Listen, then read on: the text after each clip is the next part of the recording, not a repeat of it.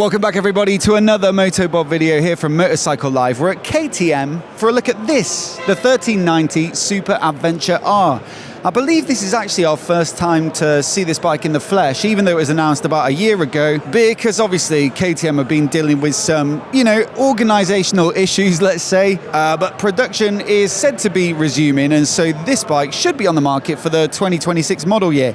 I've got to say, sitting on it here, it's a bit of a beast, and so should it be on your shortlist for big adventure bikes for 2026? Well, in this video, we'll go through all of the details, give you a good walk around to find out. So look, a quick word first on that kind of availability. They put a press release out in September, KTM, saying that production was resuming and a lot of the bikes that have been announced for the 2025 model year should be being built and therefore should be available for early 2026. So they say October, I think, was pretty much dedicated to the 1390 Super Adventures. With this, the R model, which is the most off-road biased, but also the S, which is a little more road biased, and the S Evo, which gets their AMT, automated manual transmission, so you can kind of ride it like an automatic. They're also saying they're working on their 990s, so the RCR sports bike, which has had its press launch in the last few weeks, the 990 Duke R, which looks a little bit tasty as well, although one of the models that will be really delayed is the 1390 Super Duke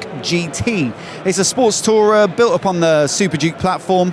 That one, they say, is not coming until 2027. But yeah, if you want something a bit more sat up, a bit more adventure-y, then it looks like there should be a few options from KTM. So what's new on this 1390? Well, a big one is the engine. It's now a 1,350cc liquid-cooled V-twin. And it's fair to say it's got a bit of a kick. It's 170 horsepower at 9,500 RPM, 145 Newton meters of peak torque at 8,000 RPM, and one of the new features that's particularly important to generating that nice spread of power all the way across the rev range is variable valve timing. So this came to the 1390 Super Duke as well. It's trickled down to their other 1390 models, and basically it means you get less valve lift in the lower revs for better low-end torque, better efficiency, but then it shifts to a different cam profile in the higher part of the rev range with more valve lift to help the engine breathe that little bit freer and generate that very impressive top-end peak power figure.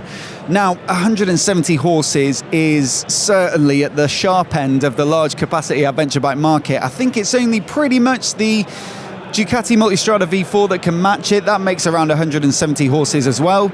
And so if you really do want a bit of a weapon, but in an adventure bike package, let's say, then certainly the Super Adventure R is one to look at. Can you use 170 horsepower off-road?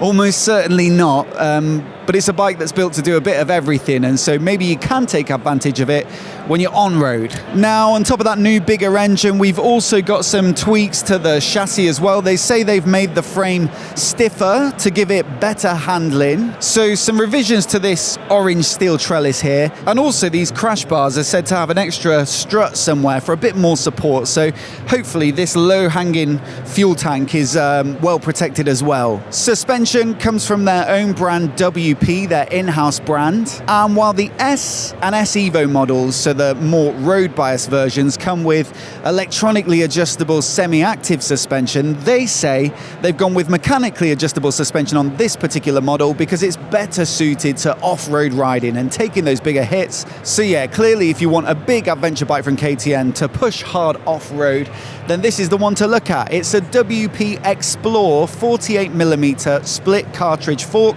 an Explore shock at the rear as well. That gets progressive damping, and of course you got plenty of adjustability. In fact, one of the things I really like about WP suspension is the little thumb adjusters on the fork caps there, so it means you can make quick adjustments on the fly, be that while you're on the go or by the side of the road or trail, as opposed to having to get a screwdriver or Allen key out. So a great little feature in my book. Down to the wheels and brakes though, and this is a good indication of this being a bit of a bike of two halves. You've got spoked wheels, a 21-incher up front, an 18 at the rear, so proper off-road size spec. And while this one's shod with the Dunlop Trail Max tyres, so a bit of an on-off all-rounder, those wheel sizes do give you a really good choice of off-road biased tyres. So if you want something even knobblier, even grippier for more challenging conditions, then you've certainly got that option. At the same time though, you've got some pretty serious brakes here. 4-piston, radially mounted Brembo calipers, a pair of 320mm discs up front, and then a big 2-piston caliper on a 267mm disc at the rear for plenty of, balance and control. So it should haul up really quite quickly and make for a decent bike on the road as well. One thing I've got to say though is if you're not confident on a big tall bike, then maybe give this one a miss, because the standard seat height comes in at 880mm, Tim. Now I don't know if you can pan down and see how close my feet are to touching the floor, but they're nowhere near.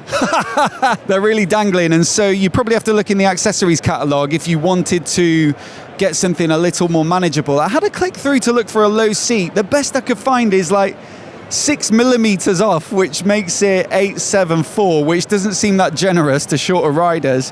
And there are even some accessory kind of rally seats that take it still higher. So definitely if you're, like I say, short in the leg, this is probably not the bike for you. But on the flip side, if you're a particularly tall rider and want something that doesn't look like a little toy when you sat on it, then this could be rather appealing. They do say they've tried to make it as adjustable as possible, so you can play with the handlebar risers, you've got adjustable levers, adjustable windscreen, so hopefully you can get it dialed into your size. But ultimately, this is probably a big bike for big people. One of the features I really like on these new 1390s though is the big dash. It's 8.8 inches, it's touchscreen as well, and also it's in that portrait orientation, which gives them a little bit of a rally inspired look.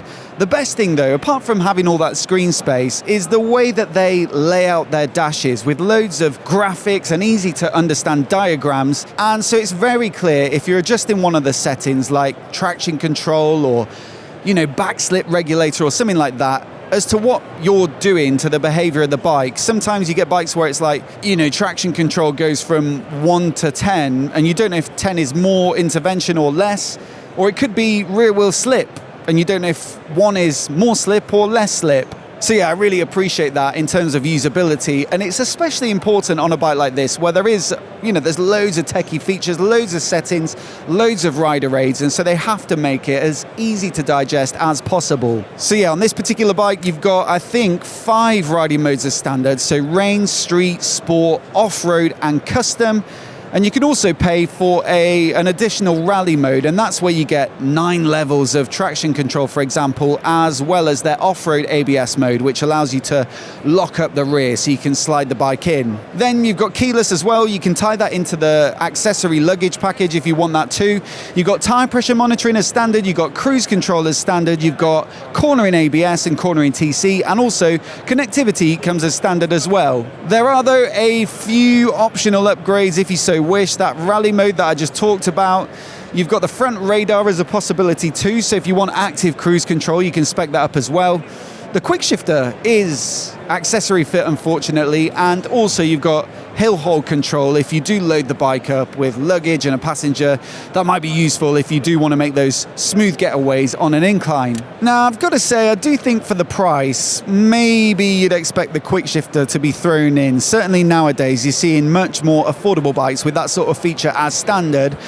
But at £17,349, while it does sound like a heck of a lot of money, I think if you start to compare it to some of the competition, it doesn't actually look all that bad.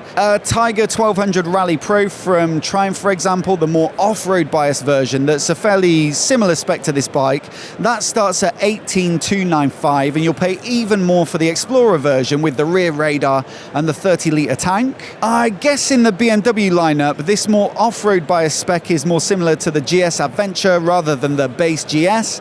So the GSA starts at 18,780, so well over £1,000 more than this bike. And again, if you look at the Ducati Multistrada V4 Rally, the most off-road biased version in their lineup, that one comes in at £25,000. So this is a very capable bike, comparable on performance and power, and yet it does come in, versus that bike, almost £8,000 cheaper. So yeah, With that in mind, I'd love to know from you, do you think this is one of the larger adventure bikes to look at in 2026? It certainly seems to offer decent value for money if you want a big bike that really can do the business off-road. I'll also leave our playlist on the screen now of all of our other motorcycle live content, so you can check that out if you want to stay up to date. Do hit subscribe as well if you want more of the latest motorcycle news and reviews right here on MOTOBOB. A massive thanks for watching today, and we'll see you in the next video.